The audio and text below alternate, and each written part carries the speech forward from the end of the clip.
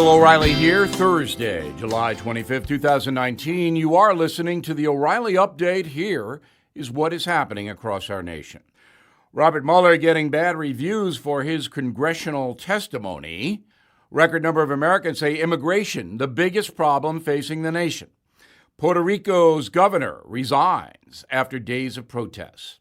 An unbelievable 88% of Americans eat while staring at a screen. The term fat cat takes on a whole new meaning. Also coming up, my message of the day on the Mueller debacle. But first, the former special counsel had a very hard time answering hours of questions regarding his 2-year probe into Russian election meddling. President Trump calling the hearings, quote, horrible, saying Mueller simply had nothing to work with. More on that in my message of the day upcoming. A large number of Americans believe immigration is the most important problem facing the nation. According to Gallup, 27% cite the country's failing immigration system as the biggest problem heading into the 2020 election. That figure was just 6% in 2018, last year. Next on the list of biggest concerns, poor leadership, race relations, healthcare, and the environment. Puerto Rican Governor Ricardo Rossello resigning after days of protests. The governor will officially step down August 2nd in response to a growing public outcry regarding corruption, his handling of hurricane relief efforts, and misuse of public resources. Rossello is the first governor of Puerto Rico to resign from office. They call them zombie eaters. A new study showing a whopping 88% of us routinely dine while staring at screens. 91% watch television while eating at least one meal. 49% on a regular basis. 83% of those asked say they have had meals go cold because of the distracting machines. The biggest culprit, emails and social media. The term fat cat taking on an entirely different meaning. According to researchers, the obesity problem is transferring to pets. Scientists say the average cat is more than a half-pound heavier than 2 decades ago. That might not sound like a lot, but the average feline weighs just 7 pounds. In human terms, that's an extra 18 pounds on the body. Coming up, why was Robert Mueller so befuddled in his congressional testimony? Right back with it. Bill O'Reilly here. If you are age 75 or older, and if you own a $100,000 life insurance policy or larger, I want you to get a pen and write down this information. Many Americans are making the decision to convert their life insurance policy into cash, giving them some extra money to pay off credit cards, medical bills, any number of things. Look, the economy's been a struggle for many. Some people need cash. There's nothing wrong with that. You can get that money if you're over 75 and if you have a $100,000 or larger life insurance policy. So write this number down, 844-WE-BUY-75. Totally free to call it. Get rid of those insurance premiums. Stop paying them. Consider turning the policy into cash. The number again, 844-WE-BUY-75. 844-WEBUY-75. 844-WE-BUY-75. Call now. Brought to you by our sponsor, Life Guide Partners. Time now for the O'Reilly Update message of the day. Robert Mueller testifying in front of 2 House committees and the nation. It did not go well. Robert Mueller is a patriot, former Vietnam combat hero, FBI director, honest man, and a person who has devoted his life to his country. Robert Mueller could have made a lot more money in the private sector, but he chose to fight crime with the FBI and do things that were helpful to America. As you know, Mueller was appointed special counsel to find out the extent of Russia's intrusion into the 2016 election. He did find out some of that, but the investigation quickly became political, with Trump supporters and some conservatives saying Mueller was out to get the president, while liberals were cheering Mueller on, wanting enough information to impeach the president. Well, in the end, Robert Mueller issued a nearly 500-page report and spent about $30 million taxpayer dollars. But here's what he did not do. He did not investigate, according to his own testimony, the initial Russian intrusion into the U.S. election, and that is the so-called dossier, which came out of Russia and accused Donald Trump of doing heinous things. When asked about it yesterday in Washington, Mueller said it was, quote, beyond his purview. That's insane. The initial Russian situation came about because Russian agents were trying to undermine Donald Trump and Hillary Clinton, and they did it in a variety of ways. Mueller investigated Trump, but apparently did not investigate why the Clinton campaign and the Democratic National Committee funded the dossier that turned up phony data on Donald Trump. It's incredible, and fair-minded Americans know this investigation was not done in a fair way. Now, reaction from the media is always dicey because the U.S. media is not really an honest enterprise anymore, but I'll quote a few.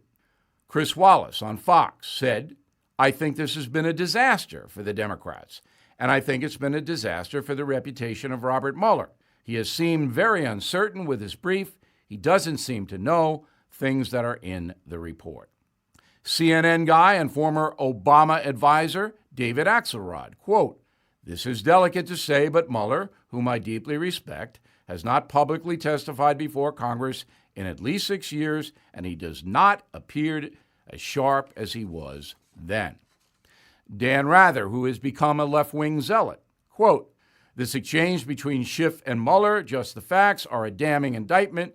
That these facts are known should not minimize how serious they are. The press now has another chance to frame the story correctly, unquote, rather saying Donald Trump should be impeached.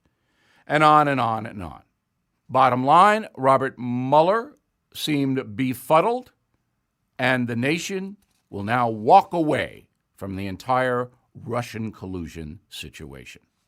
That's a message. For more fact-based, honest analysis, please visit BillO'Reilly.com. I think you'll like it there. Coming next, something you might not know. A massive data breach of home titles and mortgages may have exposed your home and bank loans to home title thieves.